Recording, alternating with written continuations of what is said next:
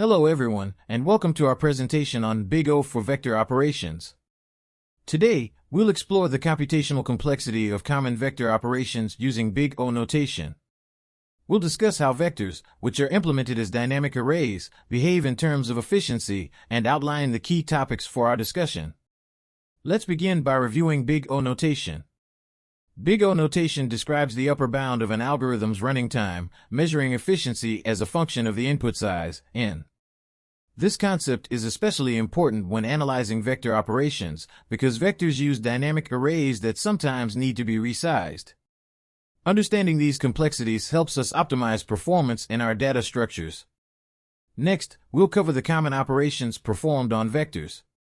Accessing an element, inserting elements, deleting elements, and pushing back, appending, and popping elements. Key considerations include how memory allocation works with vectors and how capacity grows. We also distinguish between the amortized cost of an operation versus its worst-case time, which is critical for performance analysis. Now, let's look at the time complexity of these operations. Accessing elements. This is done in constant time, O(1), since you can directly retrieve an element by its index. Inserting or deleting elements. These operations can have a worst-case time complexity of O(n), especially when performed in the middle of the vector because they require shifting elements. Append operations. Pushback. While occasionally a pushback operation may trigger a resize, which takes O(n) time, the amortized cost over many pushback operations remains O(1).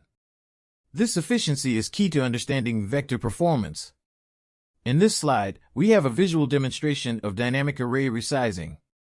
When a vector becomes full and a new element is added, the vector typically doubles its capacity. All existing elements are then copied over to the new, larger storage area. Although this resizing operation is O(n), it occurs infrequently, so the overall cost is spread out over many O(1) operations. Please refer to the visual demonstration to see how the expensive resize is amortized. Let's dive deeper into the concept of amortized analysis for pushback operations. Even though a single pushback may sometimes trigger an O(n) resize, when you consider many pushback operations, the average cost per operation remains O(1). This is because the high cost of resizing is distributed over a large number of low-cost pushback operations, making the average operation very efficient. Now let's jump into the Visual Studio Code to understand through code. I'm implementing a program that is demonstrating the computational complexity of common vector operations using Big O notation, and I am explaining each concept as I write the code.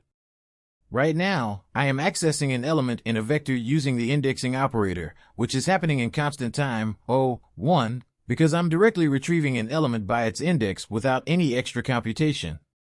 Next, I am appending elements using the pushback method. Although a single pushback might occasionally trigger a resize of the dynamic array, an operation that is O(n) at that moment, the overall process is showing an amortized cost of O(1) when many pushback operations are performed. I am illustrating that while a resize is expensive in isolation, its impact is spread out over multiple operations. Then, I am demonstrating insertion and deletion operations in the middle of a vector. I am showing that these operations are taking up to O(n) time in the worst case because I am shifting elements to maintain contiguous storage. As I run the code, I am printing out the results from each of these operations. I am tracking dynamic resizing during push_back, and I am displaying the changes in the vector after I insert and delete elements. This is helping me to visually demonstrate how each operation affects performance. In summary, I am showing that element access is O(1). Insertion and deletion in the middle of a vector are O(n) in the worst case. Append operations, push_back, are amortized O(1) despite the occasional expensive resizing. I am using this example to emphasize the importance of understanding Big O notation when working with dynamic arrays, as it is directly influencing the efficiency and performance of the code. Let's go back to presentation. Here's a quick summary of the Big O complexities for common vector operations. It's important to understand that while most vector operations are efficient, some operations, like mid-array insertions or deletions, can be more costly. Choosing the right operation based on your performance needs is essential. Let's discuss some practical considerations and optimization techniques. Pre-allocate memory. If you know the size in advance, use the reserve method to pre-allocate memory, reducing the frequency of resizing. Minimize insertions/deletions in the middle. These operations are more expensive, so limit them if possible. Consider alternatives. If your application involves frequent modifications in the middle of the array, you might consider using alternative data structures. These trade-offs illustrate the balance between the ease of use provided by vectors and the potential performance costs in worst-case scenarios.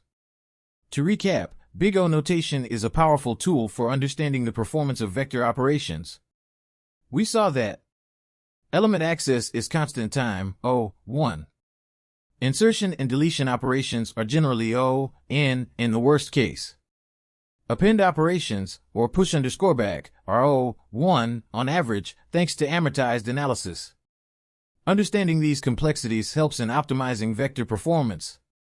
Now, I'd like to open the floor for any questions or further discussion on vector performance and Big O analysis. If you have any questions, please write me in comment box. Thank you.